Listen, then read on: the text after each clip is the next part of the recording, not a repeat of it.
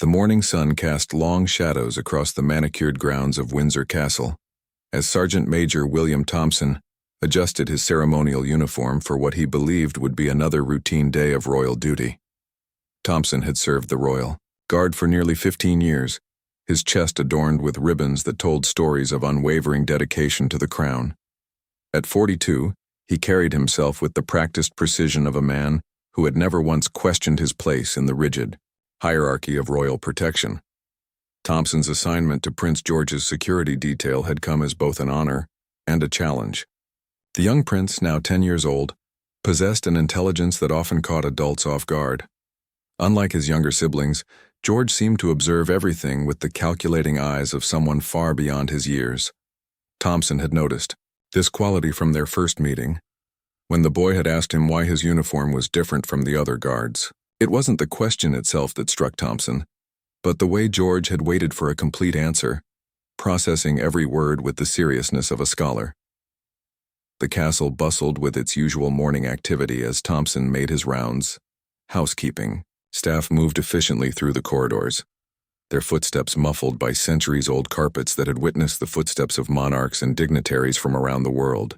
Thompson's keen eyes swept each room methodically, checking exits, assessing potential vulnerabilities, and maintaining the invisible shield of security that surrounded the royal family wherever they went. Prince George had been particularly quiet. During breakfast, Thompson observed from his position near the dining room entrance. The boy sat with perfect posture, occasionally glancing toward the windows that overlooked the castle's east gardens. His parents, the Prince and Princess of Wales, were engaged in their typical morning discussion about their upcoming engagements, but George seemed distracted by something beyond the glass. After breakfast, George approached Thompson with the casual confidence that came naturally to someone born into royalty. The boy's request was simple enough, asking if he could spend some time in the castle library to work on a school project about British military history. Thompson saw no issue with this request. The library was one of the most secure areas of the castle, with limited access points and excellent visibility. He escorted the young prince through the familiar corridors, past portraits of long-dead kings and queens who seemed to watch their procession with painted eyes. The library itself was a magnificent room, with floor-to-ceiling bookshelves that held thousands of volumes chronicling centuries of knowledge. Tall windows allowed natural light to filter in, creating a peaceful atmosphere that had always appealed to scholarly pursuits. Thompson positioned himself near the main entrance, from where he could maintain visual contact with Prince George, while remaining unobtrusive. George settled at a large oak table and began pulling various books from the shelves. Thompson watched as the boy's research appeared to focus on military protocols and ceremonial traditions. Nothing seemed unusual about this choice, given George's known interest in his family's military heritage and the formal traditions that surrounded royal life. As the morning progressed, Thompson noticed that George would occasionally pause in his reading to make notes in a small leather journal. The boy's concentration was intense, his brow furrowed in the way that suggested deep thinking rather than mere homework completion. Other staff members came and went from the library, but George remained focused on his task, seemingly oblivious to the activity around him. Around midday, Prince George closed his books and approached Thompson with his characteristic directness. He asked if they could take a walk through the castle's ceremonial halls, explaining that he wanted to see how the different rooms connected to better understand the layout for his project.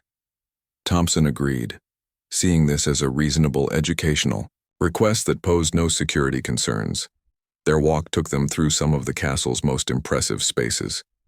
George asked thoughtful questions about the function of each room, the significance of various portraits, and the historical events that had taken place within these walls. Thompson found himself enjoying the conversation, impressed by the depth of the boy's curiosity and his ability to make connections between different pieces of information. As they passed through the guard room, where ceremonial weapons and armor were displayed, George paused for an extended period before a particular display case. Inside were various medals and commendations awarded to members of the Royal Guard throughout history. Thompson explained the significance of several pieces, noting which campaigns and acts of service they represented. George listened intently, then asked a question that caught Thompson slightly off guard. He wanted to know about the process of requesting reassignment within the Royal Guard and whether such requests were common. Thompson explained that while reassignments did occur, they were typically based on operational needs rather than personal preferences, and that most guards considered their assignments to be matters of honor rather than convenience. The afternoon passed quietly, with George returning to his library research while Thompson maintained his watchful position. As evening approached and it came time for the prince's private tutoring session, Thompson escorted him back to his quarters. George thanked him for the day's assistance with his project, his manner polite but somehow different than usual. That night, as Thompson completed his duty logs and prepared for the shift change, he reflected on the day's interactions. Something about George's questions and behavior had seemed purposeful in a way that went beyond simple academic curiosity. The boy had demonstrated his usual intelligence, but there had been an undercurrent of intention that Thompson couldn't quite identify. Thompson's years of service had taught him to trust his instincts, and those instincts were telling him that today had been significant in ways he didn't yet understand. As he handed over responsibility to the night shift, he made a mental note to pay closer attention to Prince George's activities in the coming days. Little did he know that the young prince had already set in motion a chain of events that would ultimately lead to one of the most unexpected developments in Thompson's long and distinguished career. The following morning brought with it an unusual request that would mark the beginning of what Thompson would later recognize as Prince George's carefully orchestrated plan. The young prince approached him after breakfast with a proposal that seemed innocent enough on the surface. George explained that he had been thinking about their previous day's conversation regarding military service and protocol, and wondered if Thompson might be willing to share more detailed stories about his experiences in the Royal Guard. Thompson felt honored by the request. It wasn't often that members of the royal family expressed such genuine interest in the personal experiences of their security detail.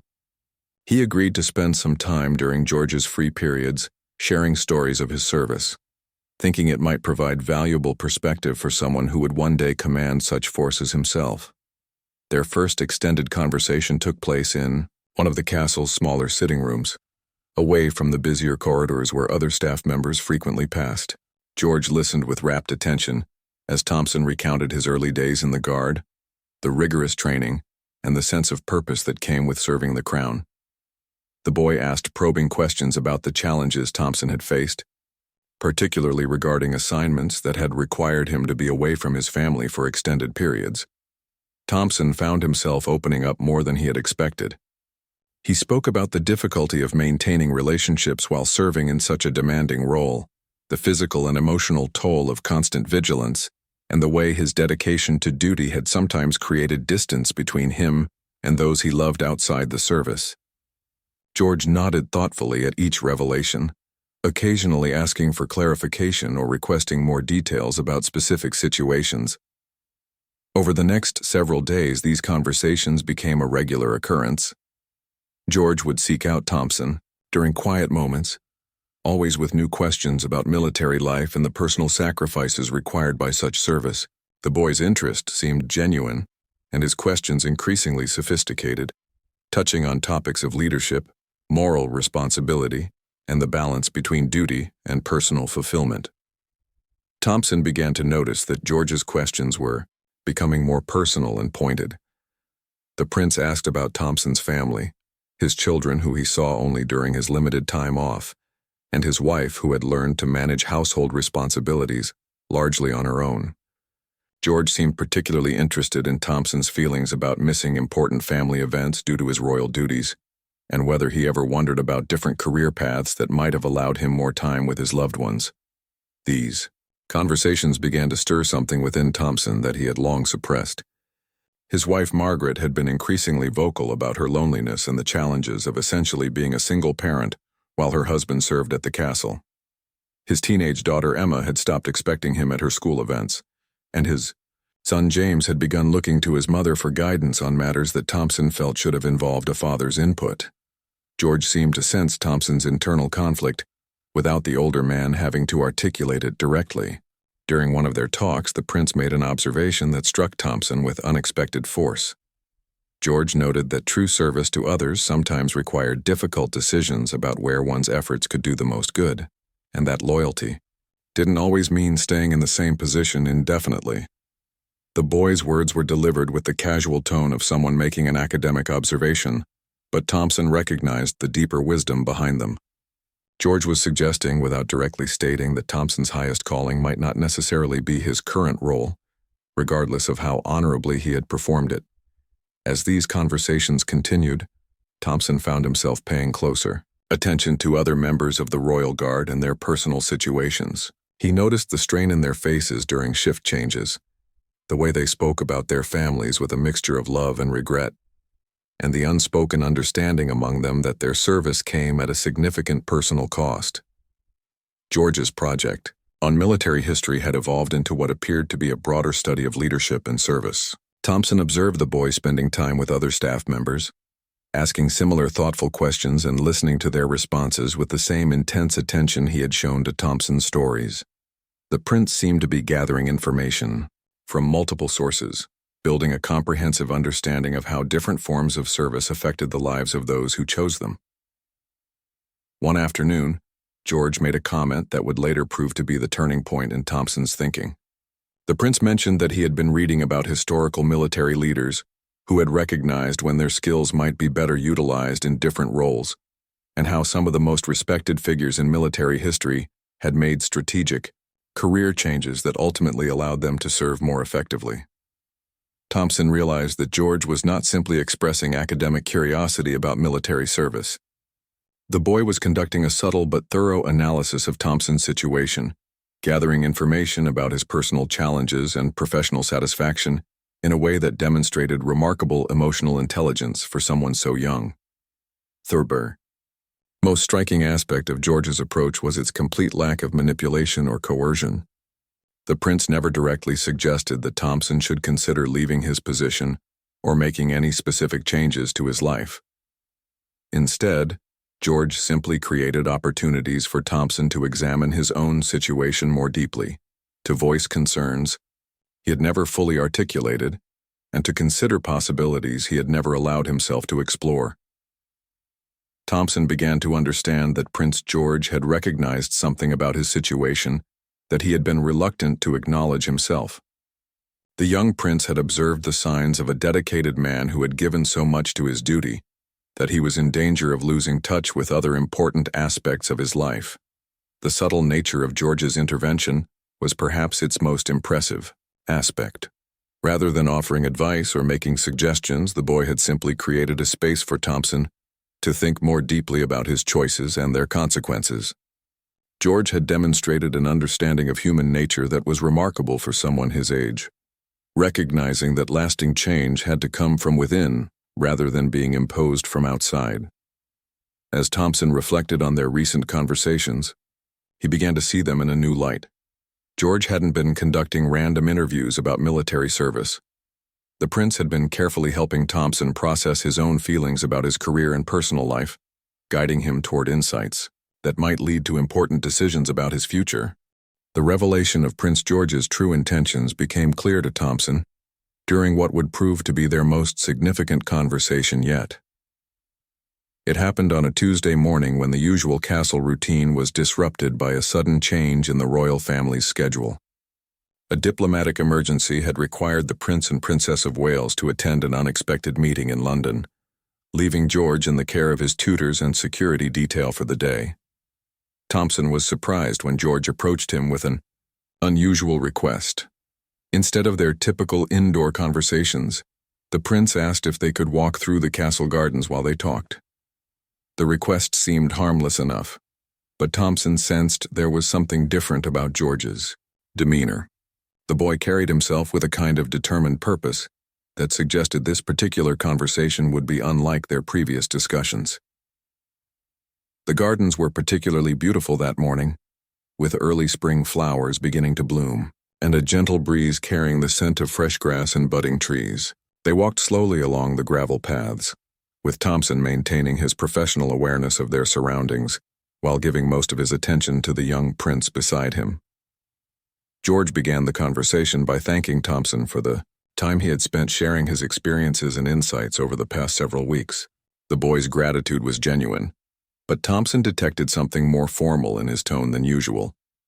It was as if George was preparing to transition from their casual conversations to something more significant. Then George said something that stopped Thompson in his tracks. The prince explained that he had been observing not just Thompson, but several members of the castle staff, because he had become concerned about the personal costs that loyal service sometimes demanded.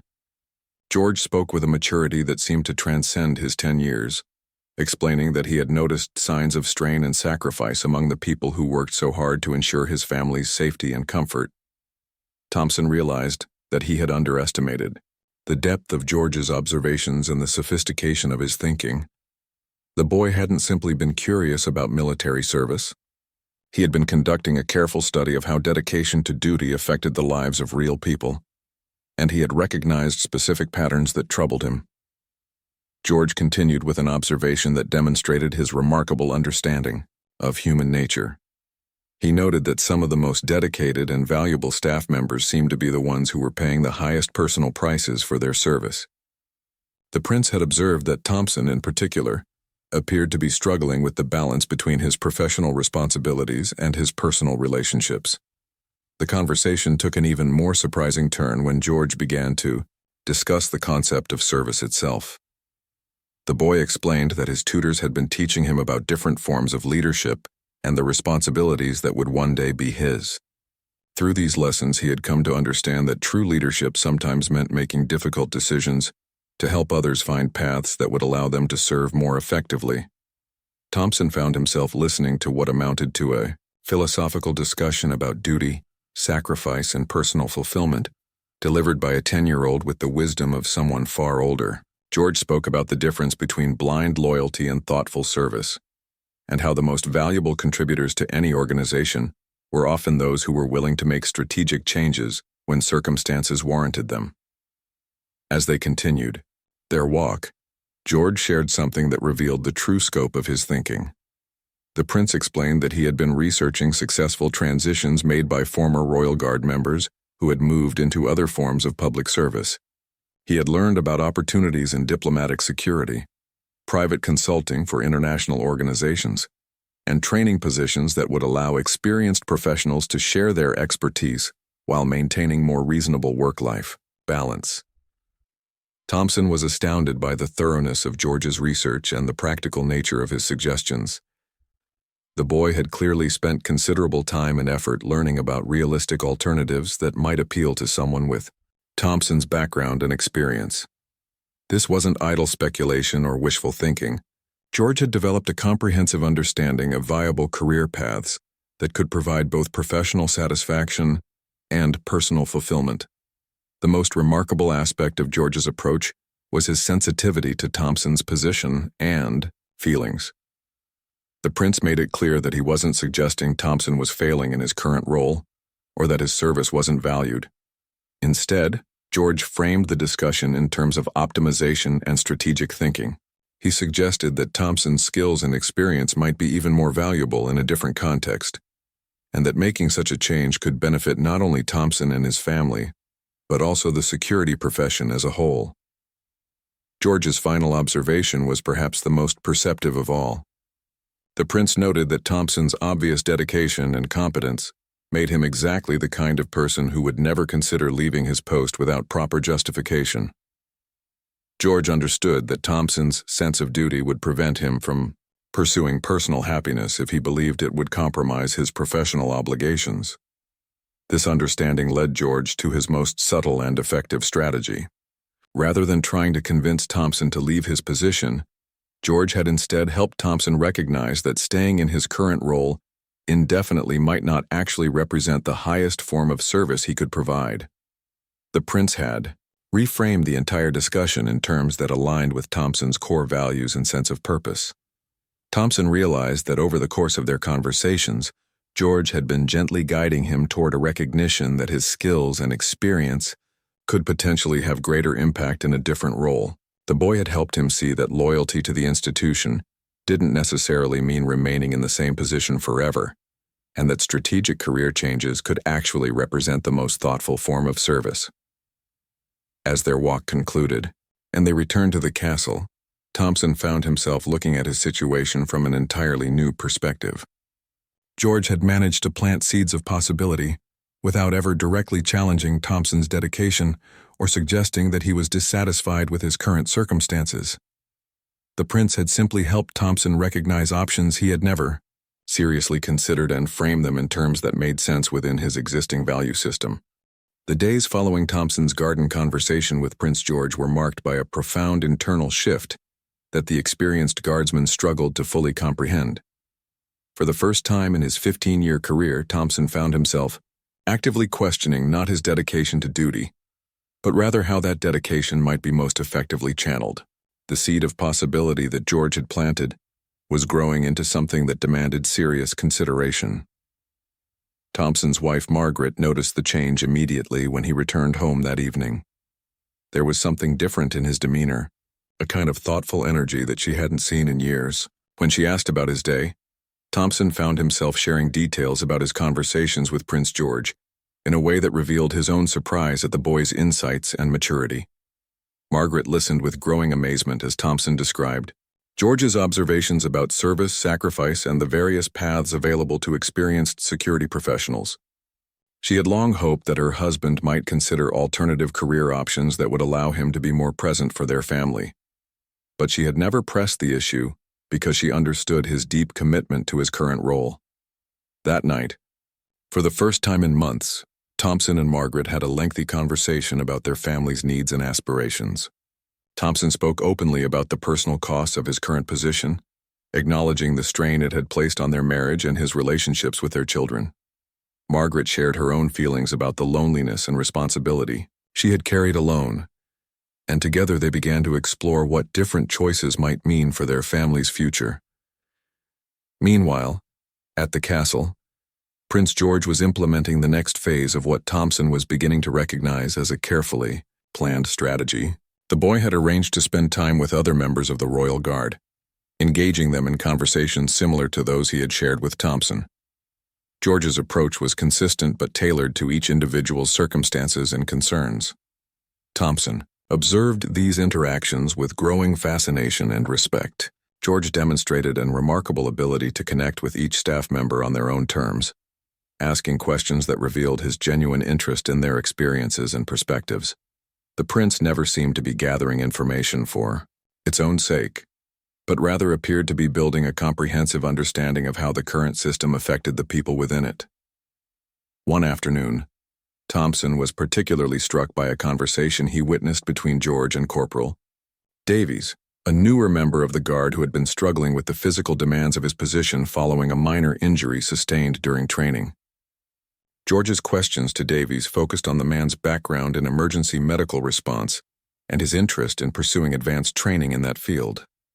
Thompson realized that George was identifying each person's strengths, interests, and aspirations, then helping them recognize how those qualities might be developed and utilized in different contexts. The prince wasn't simply encouraging people to leave their current positions, but rather helping them envision paths that would allow them to grow and contribute more effectively.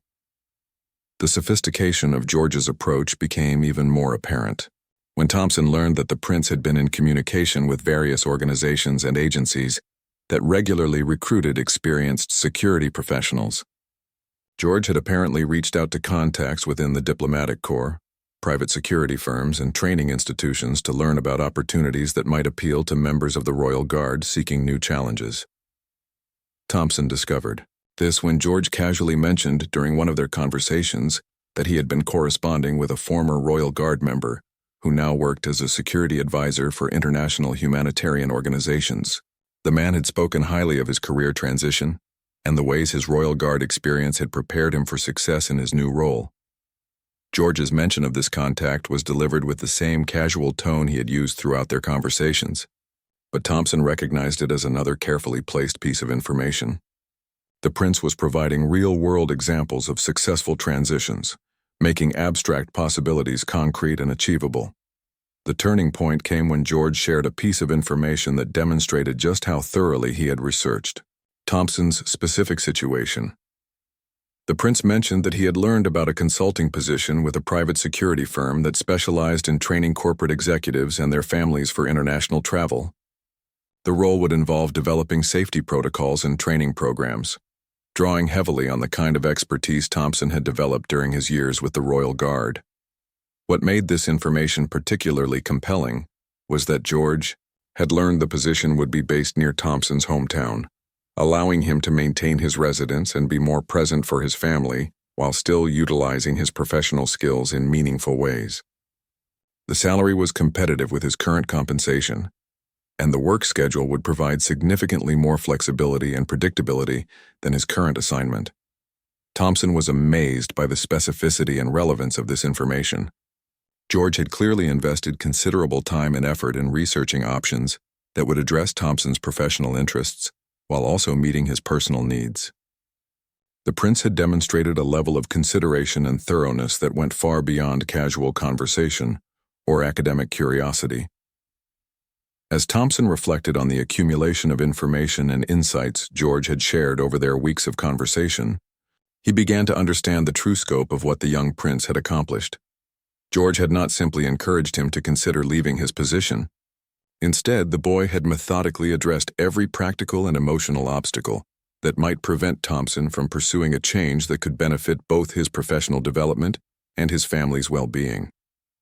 George had anticipated Thompson's concerns about loyalty and abandoning his responsibilities, and had reframed these issues in terms of strategic career development and optimal service. The prince had provided concrete examples of successful transitions and specific opportunities that aligned with Thompson's skills and interests.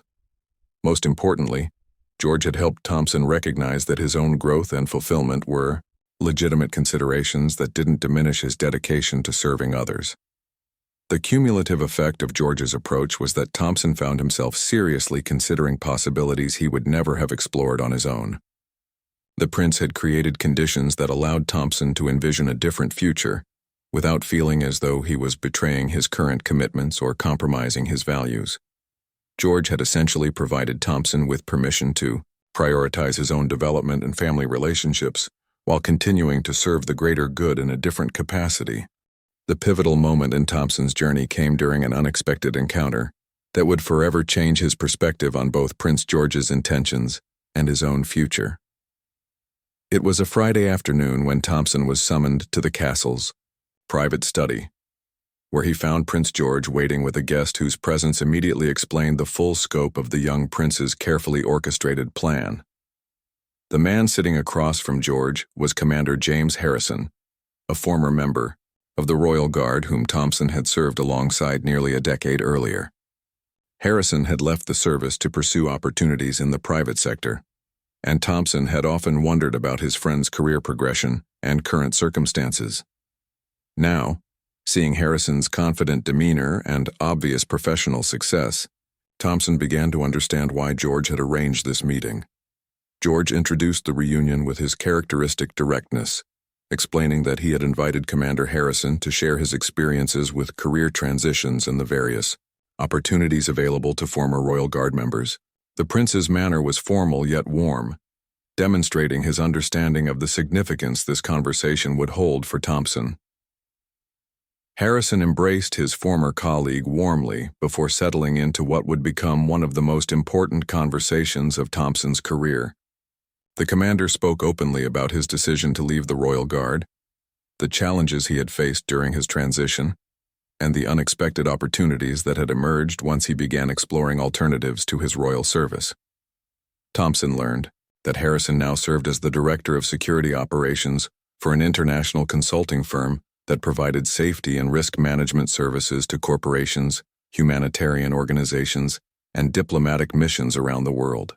His work involved developing comprehensive security protocols, training personnel for high-risk environments, and consulting on matters that directly impacted global safety and security. Harrison's description of his current role revealed how his Royal Guard experience had provided him with unique qualifications for his new position. The discipline, attention to detail, and strategic thinking required in royal protection had translated seamlessly into corporate and international security environments. Moreover, Harrison's new role allowed him to have a broader impact on safety and security than had been possible in his previous position. The most compelling aspect of Harrison's story was his description of the work-life balance he had achieved in his new career. While his responsibilities remained significant, the structure of his role allowed him to maintain regular contact with his family and participate more fully in his children's lives. Harrison spoke with obvious satisfaction about attending his daughter's graduation and his son's football matches, experiences that had been difficult to manage during his years with the Royal Guard.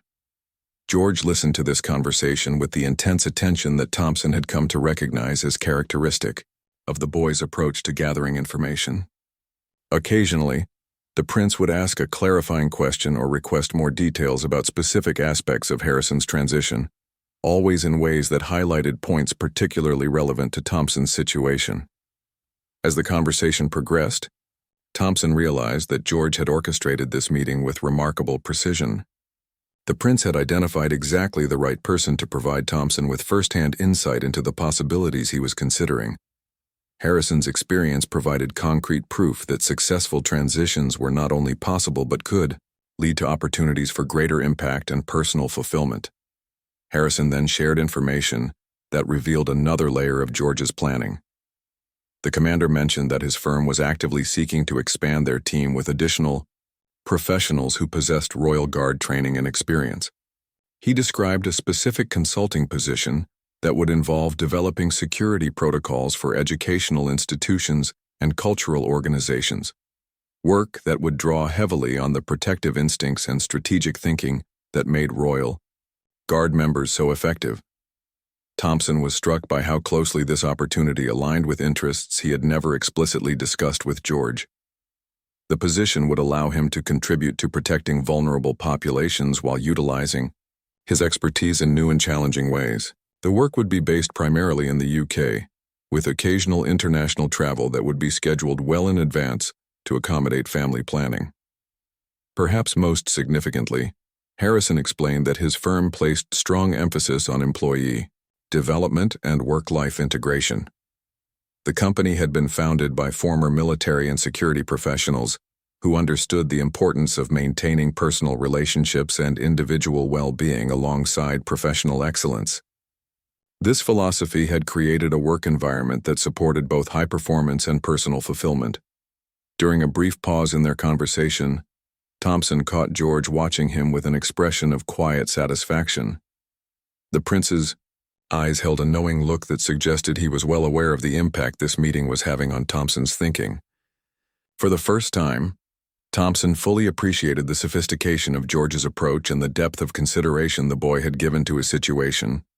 Harrison concluded his presentation by extending a formal invitation for Thompson to visit his firm's headquarters for a comprehensive discussion about potential opportunities.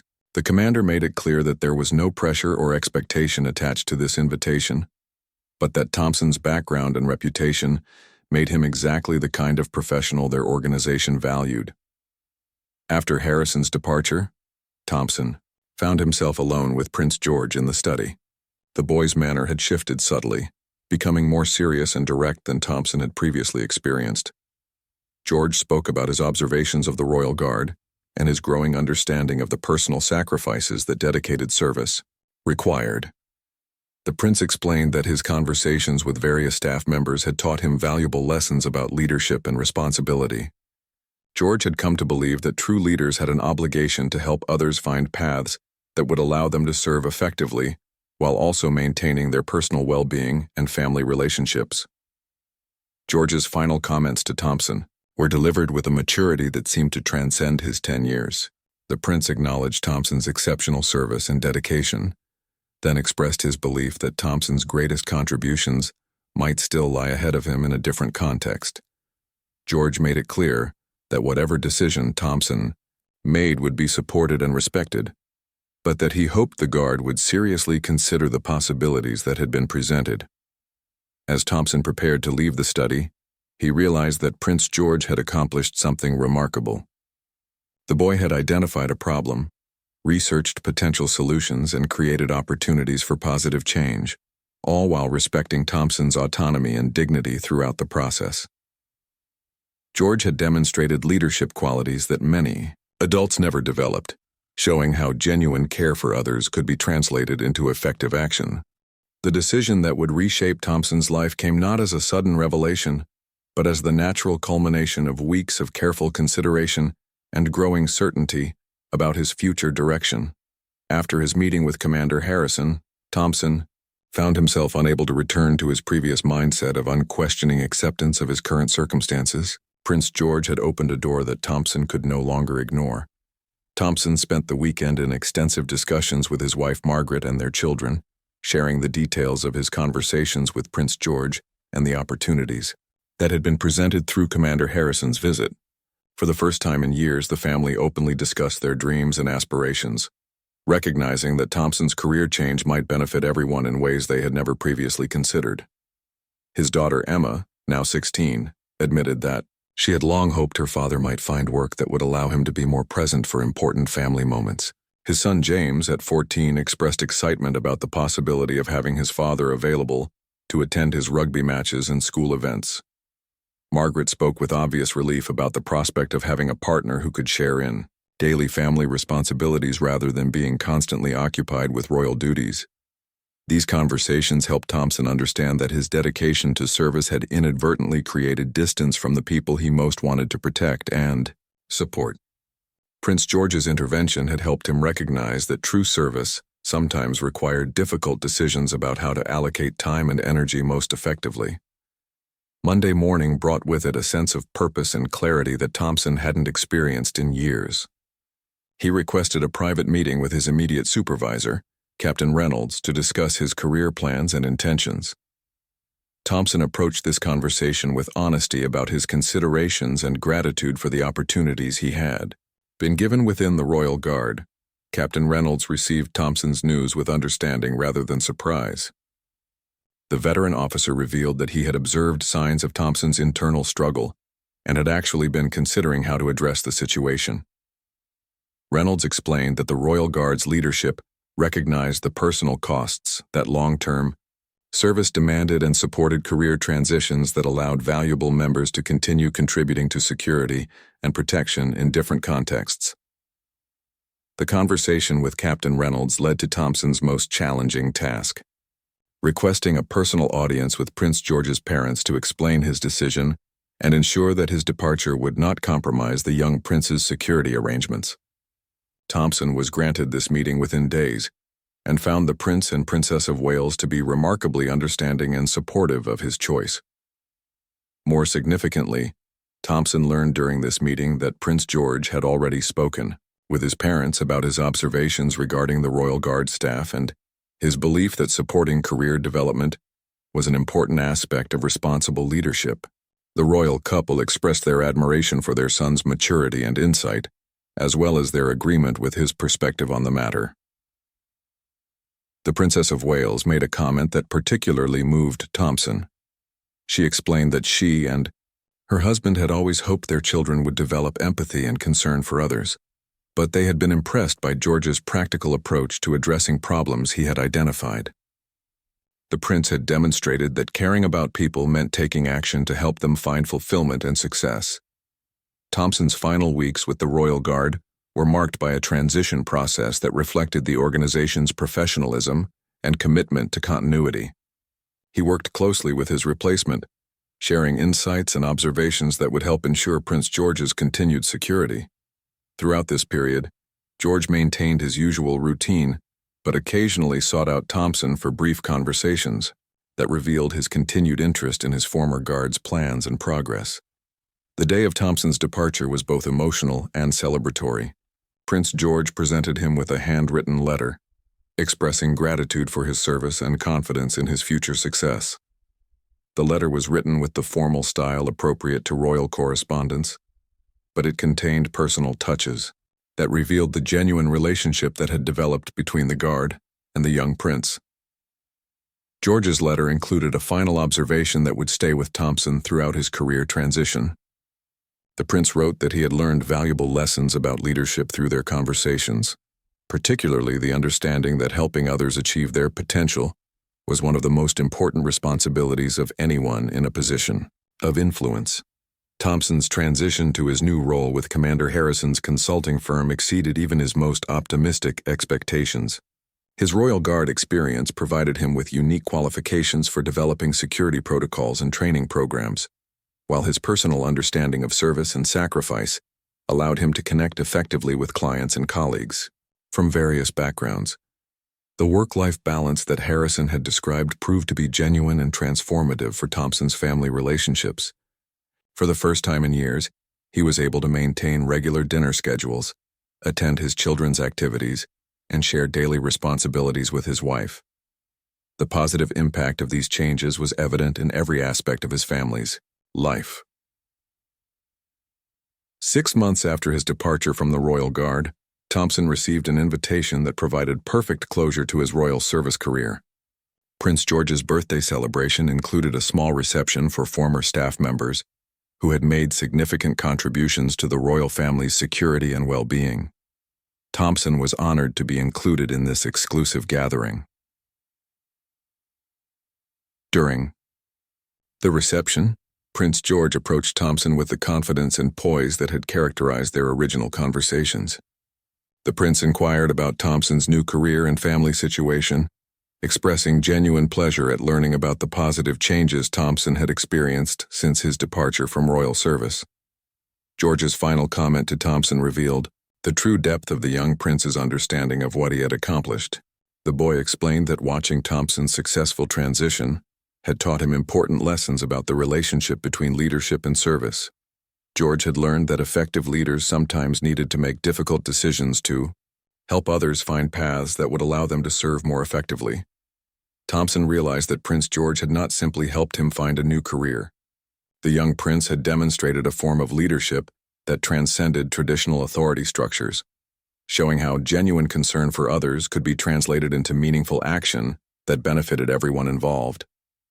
The impact of George's intervention extended far beyond Thompson's individual situation. Word of the prince's approach to supporting staff development had spread throughout the castle, creating a new atmosphere of openness about career aspirations and personal fulfillment. Other members of the Royal Guard began having conversations about their own goals and interests, knowing that such discussions would be met with understanding rather than questions about their loyalty or commitment. Prince George's parents recognized the significance of what their son had accomplished and incorporated his insights into their own approach to managing royal household staff. They implemented new policies that provided clearer pathways for career development and supported staff members who wished to pursue opportunities that would allow them to utilize their skills in different contexts. The young prince had essentially created a model for enlightened leadership that balanced institutional needs with individual well-being. His approach demonstrated that supporting people's growth and development was not only compatible with effective management, but actually enhanced organizational strength by ensuring that everyone could contribute their best efforts in roles that matched their capabilities and circumstances. Thompson's story became something of a legend within royal protection circles, not because of his departure from the Royal Guard, but because of the thoughtful and sophisticated way Prince George had facilitated his transition. Security professionals throughout the system began to recognize that their skills and experience could be valuable in many different contexts, and that career changes could represent advancement rather than abandonment of their core mission. The Orchestrated consulting firm where Thompson found his new home benefited enormously from his expertise and perspective. His understanding of high-level security protocols, combined with his experience working within complex institutional structures, made him exceptionally effective at developing solutions for organizations facing challenging protection requirements. Thompson's success in his new role validated Prince George's assessment of his potential and demonstrated the wisdom of the career change the prince had so carefully facilitated. Years later, as Thompson established himself as one of the most respected security consultants in his field, he would often reflect on the remarkable wisdom and maturity that 10-year-old Prince George had displayed during their conversations. The prince had demonstrated an understanding of human nature and organizational dynamics that many adults never developed.